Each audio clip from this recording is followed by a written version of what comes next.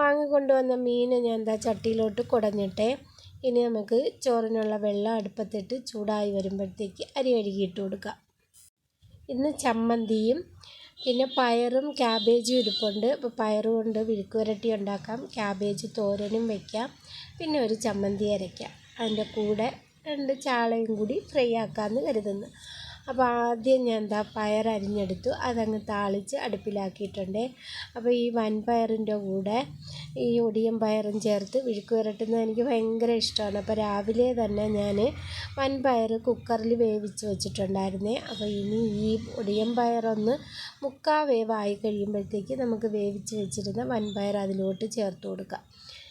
ഇനി ഞാൻ എന്താ ക്യാബേജ് അരിഞ്ഞെടുത്തിട്ടുണ്ട്. അപ്പോൾ നമ്മുടെ ചോപ്പറിൻ്റെ സ്പ്രിങ് ഒക്കെ അടിച്ചു പോയി. അങ്ങനെ ഞാൻ കൈ കൊണ്ട് കട്ടിംഗ് ബോർഡിൽ വെച്ച് ഒരു പരുവത്തിന് അരിഞ്ഞെടുത്ത്. ഇനി അതും അങ്ങ് അരപ്പൊക്കെ ചേർത്ത് താളിച്ച് അടുപ്പിലാക്കാം. പിന്നെ ഞാൻ എന്താ മീൻ വെട്ടിയെടുത്ത് അതിൽ നിന്ന് ഫ്രൈ ആക്കാനുള്ളത് വരഞ്ഞ് മാറ്റി ബാക്കിയുള്ളതങ്ങ് ഫ്രിഡ്ജിൽ വെച്ച്. ഈ സമയത്ത് വെളിയിൽ നല്ല മഴ. അപ്പോൾ ഞാൻ എന്ത് ചെയ്ത് ഫ്രൈ ആക്കാനുള്ളത് അടുപ്പിൽ വെച്ചതിന് ശേഷം വെളിയിൽ പോയി കുറച്ച് നേരം നോക്കി നിന്ന്. പിന്നെ വന്നിട്ടാണ് ചമ്മന്തി അരച്ചത്. ഇഞ്ചിയും പച്ചമുളകും ഒക്കെ വെച്ച് ഒരു ചമ്മന്തി അരച്ചു. അപ്പം മീൻ പൊരിച്ചതും ക്യാബേജ് തോരനും പയർ വിഴുക്ക് വരട്ടിയുമായിട്ട് ഉച്ചയ്ക്ക് കഴിച്ചു. അതിനുശേഷം ഞാൻ കടയിലോട്ട് പോയേ.